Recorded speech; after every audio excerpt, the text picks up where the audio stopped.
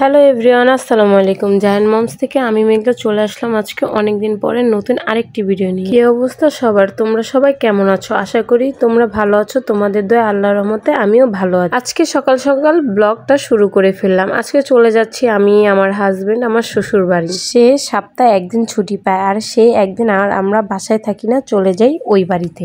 সেখানে যাওয়ার সাথে সাথে যে আম্মু চা বানাই দিল, তারপর অনেক পদের নাস্তা দিয়েছিল, যেটা হচ্ছে আমি ভিডিও করতে পারিনি। আর হচ্ছে যে এখানে হচ্ছে আম্মু সেমাই রান্না করেছিল আগের দিন রাত্রে, সেটা হচ্ছে আমার জন্য রেখে দিছে, কারণ আম্মু জানতো যে আমি আসব পরের দিন সকালে। এর জন্য আম্মু আমার জন্য সেমাই, তারপর হচ্ছে রুটি, এগুলো রেখে দিয়েছিল।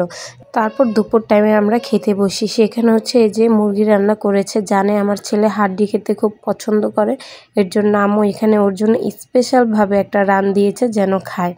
তো খাচ্ছে। তারপর এখানে আমরা খাওয়া দাওয়া করতে বসে পড়েছিলাম। ক্যামেরার পিছনে ছিলাম আমি, যে কারণে তোমরা আমাকে দেখতে পাও না। এটা হচ্ছে মুরগি ভুনা ছিল। এখানে হচ্ছে কি মাছ যেন বলে এটাকে, এটা চচ্চড়ি ছিল। গাইস চচ্চড়িটাও খুব মজা ছিল, আমার হাজব্যান্ড চেটে পুটে খেয়েছে।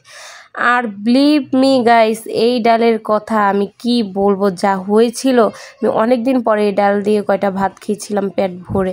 এখানে আমার হাজব্যান্ড খাচ্ছে। আবার ওই ডালটা দিয়ে হচ্ছে দেখো গাইস, বিকেলে হচ্ছে চাপড়ি বানাইছিল আম্মু, সেই চাপড়ি দিয়ে হচ্ছে ওই ডালটা দিয়েই খাইছি। আম্মু এই ডালে হচ্ছে তোমার ওই যে বোম্বাই মরিচ একটা আস্ত দিয়েছিল, বোম্বাই মরিচের গ্রানেই হচ্ছে ডাল বেশি ভালো লাগছে। তারপরে এখানে আম্মু আবার বলতেছিল যে দুপুরে তো খাওয়া দাওয়া শেষ করলে, এখন বলো রাত্রে কি রান্না করা যায়।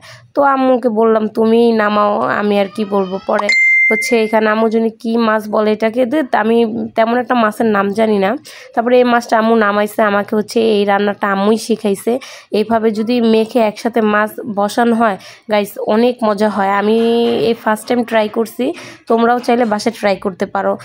মশলা, পেঁয়াজ, মাছ সব কিছু একসাথে মিশিয়ে তারপর হচ্ছে তাওতে গরম করে তেলে দিয়ে দেওয়া, আর মাছের ওপর হচ্ছে যে এইভাবে পেঁয়াজগুলো দিয়ে দিবা। এটা জন্য কী মাছ বলে আমার মনে নেই, তোমরা জানলে অবশ্যই আমাকে কমেন্ট করে জানাবা। গাইস তরকারিটা খুব পোড়া পোড়া হয়েছে, খুব মজা হয়েছে। এই ভিডিওটা আমার হাজব্যান্ড আমাকে করে দিয়েছিল, তোমরা আমাকে একটু দেখে নাও, আমি তো তেমন একটা ক্যামেরার সামনে আসি না। তারপর এখানে যা দেখি ওই পাশের রুমে ও বাবা সবাই একসাথে কি খেলা খেলছে। এখানে ওইটা কিন্তু আমার শাশুড়ি, এটা আমার ননদ, ওই যে ওইটাও আমার ননদ। হ্যাঁ, এখানে সব পোলাপাইন একসাথে খেলতেছে। তারপরে যে ছেলেকে রেডি করে দিছি, ছেলের দাদি নাকি ছেলেকে নিয়ে একটু বাইরে হাঁটতে যাবে, তো দিয়ে দিছি। এই যে আমার শাশুড়ি কোলে যে বাচ্চাটাকে দেখতে পারতেছো, এই বাচ্চাটা হচ্ছে আমার ননাসের ছেলে। ও মাশাল্লাহ অনেক সুন্দর কথা বলতে পারে, একটা তোতা পাখি। এক কথায় তোমরা টিয়া পাখি বা তোতা পাখি বলতে পারো। যাই হোক, বাচ্চাদের জন্য তোমরা সবাই দোয়া করবা। গাইস এই যে এই মাছটা দেখতেছো, এইটাই কিন্তু আমি রান্না করেছিলাম।